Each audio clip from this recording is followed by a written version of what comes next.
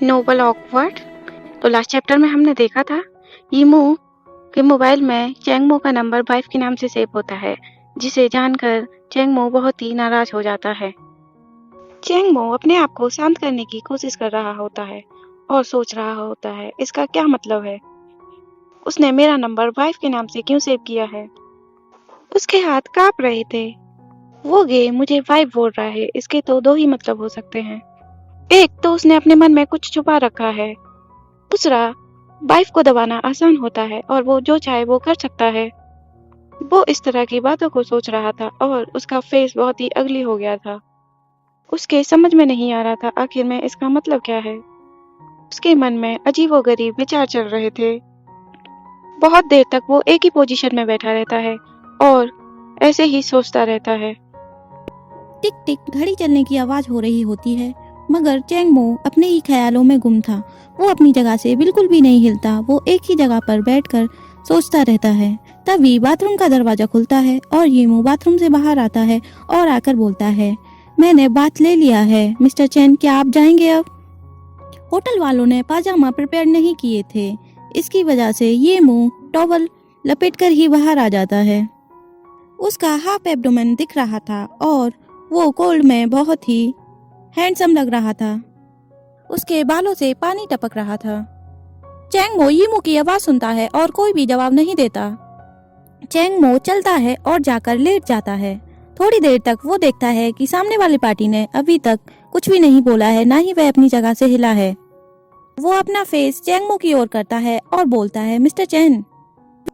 कुछ देर बाद चैंगमो यीमू की ओर देखता है और देखकर वो चिल्लाता है, फाक। यीमू के पैर पूरे दिखाई दे रहे थे। उसका टॉवल ऊपर हो गया था और वो लूज हो गया था। चैंगमो उसको देखकर चिल्लाने लगता है, सिड्यूस सिड्यूस, ये मुझे सिड्यूस करना चाहता है। ऐसे कपड़े उतार कर ये मुझे सिड्यूस करना चाहता है। इस गे बास्टर्ड ने ये सब कुछ पहले से ही प्लान कर रखा है। ये मुझे सिड्यूस करना चाहता है।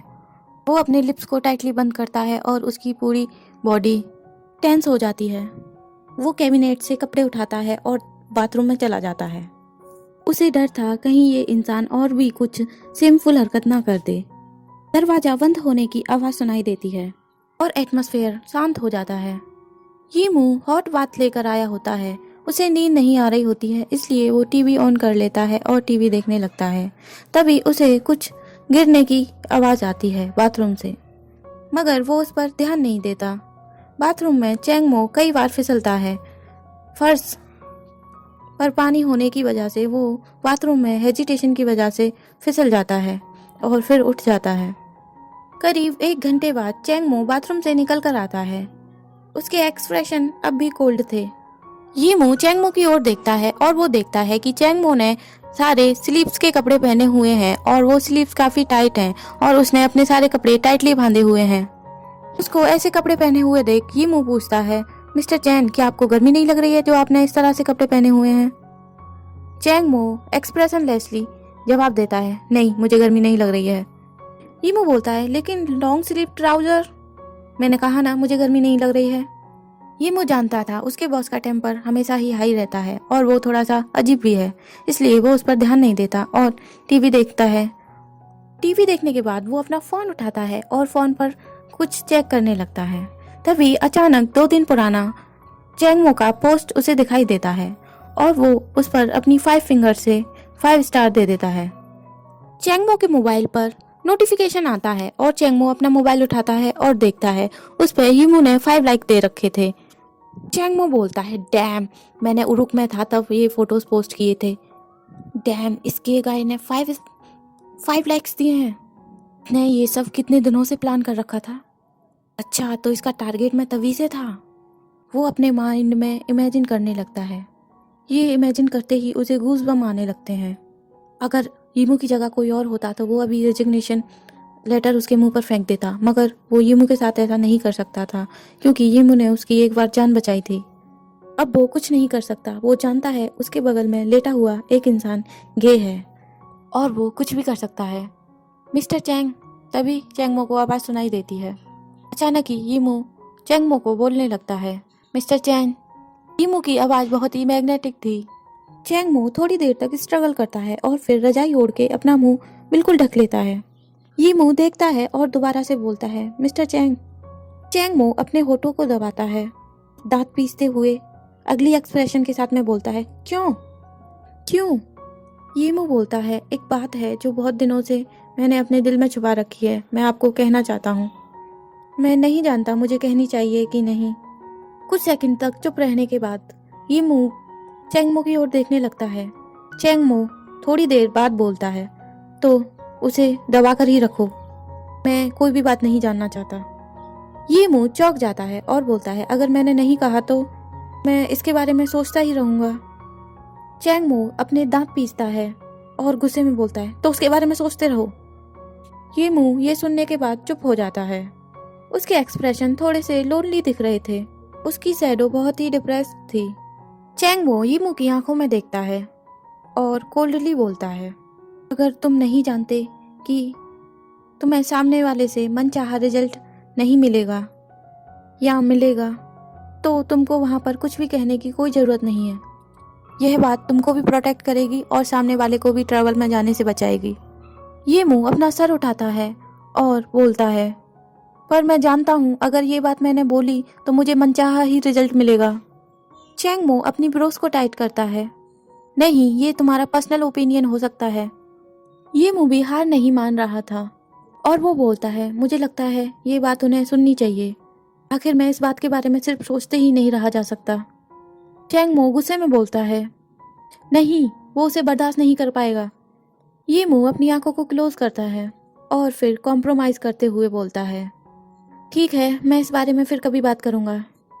चैंगमो शांति की सांस लेता है और साइड के लैंप को बंद कर देता है और अपने आप को रजाई में छुपा लेता है। ये मुंह अपने सर को बेड के सिराने रखकर बैठा हुआ था और वो नीचे की ओर देख रहा था। जिस दिन वो उरुक से वापस आए थे, चैंगमो ने उससे टेम्परेरी 500,000 युआन के लिए पूछा था और उसने 500,000 युआन बोरो किए थे, जो कि उसने अभी तक नहीं चुकाए। वो अपने ही बॉस से ये बात कहना चाहता था, मगर वो अब इस बात को कहने में बहुत ही एम्बेरेस्ड फील कर रहा है।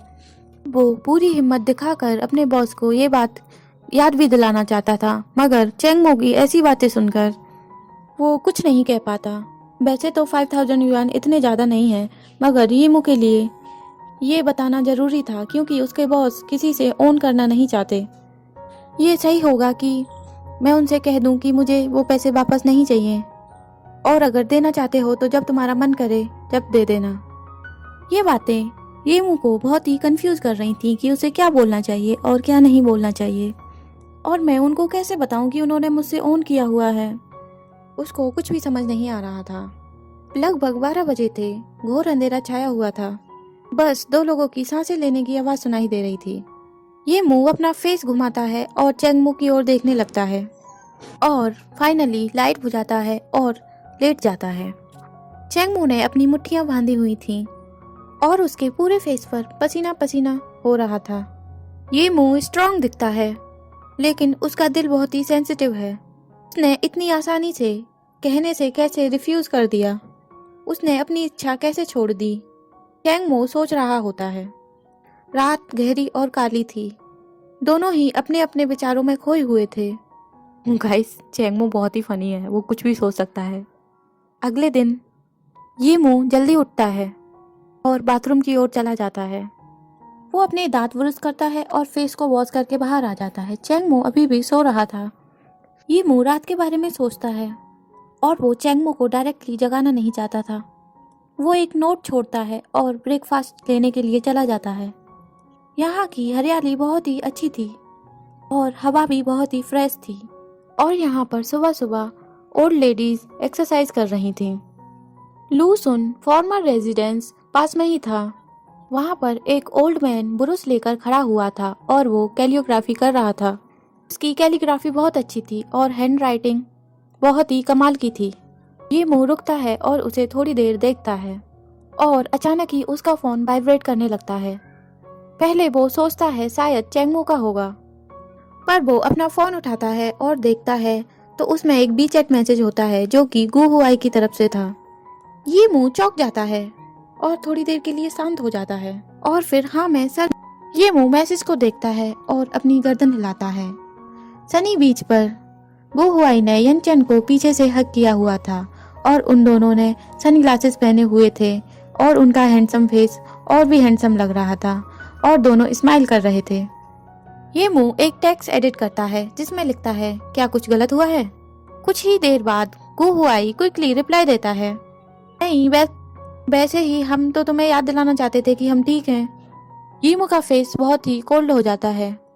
यीमू का फेस बहुत ही कोल्ड दिख रहा था और वो एक मैसेज टाइप करता है जिसमें लिखता है, चाइल्डिश।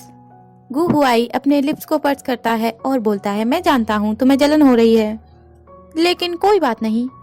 मैं आशा करता हूँ कि तुम भी अपने आप को ठीक ही रखो और भविष्य में भी अपने आप को ठीक ही रखना। और सेमलेसली यनचेन के बारे में मत सोचना, अब यनचेन का लव तुम्हारे लिए खत्म हो चुका है। ये मुंह के एक्सप्रेशन कुछ अच्छे नहीं थे और ये मुंह बोलता है, अगर कुछ इम्पोर्टेंट नहीं है तो मैं इसको ब्लॉक कर रहा हूँ। कहो अगर तुम्हें कुछ कहना है, नहीं तो मैं इस नंबर को ब्लॉक कर दूंगा। गु हुआई मजाक उड़ाते हुए बोलता है, क्यों तुम गुस्सा हो? ये मुंह बोलता है, वैसे ये थोड़ा अजीब है। गु हुआई बोलता है, हाँ मैं अजीब हूँ, लेकिन फिर भी मैं तुम्हें एक एडवाइस दूंगा, इस अकाउंट को ब्लॉक मत करो। मेरे फ्रेंड्स को कभी कभी देख लिया करना ताकि तुम्हारे माइंड में सब कुछ क्लियर रहे और तुम्हारे मन में कोई बेफिजूल का फितूर ना पनपे। ये मुंह के चेहरे पर कोई एक्सप्रेशन नहीं थे। ये मुंह बोलता है, चाहे तुम विश्वास करो या ना करो, लेकिन मैं पहले ही सब कुछ खत्म कर चुका हूँ यनचेन के साथ। और इसी के साथ हमारा चैप्टर खत्म होता है। आगे के चैप्टर के लिए देखते रहिए स्टोरी बॉक्स।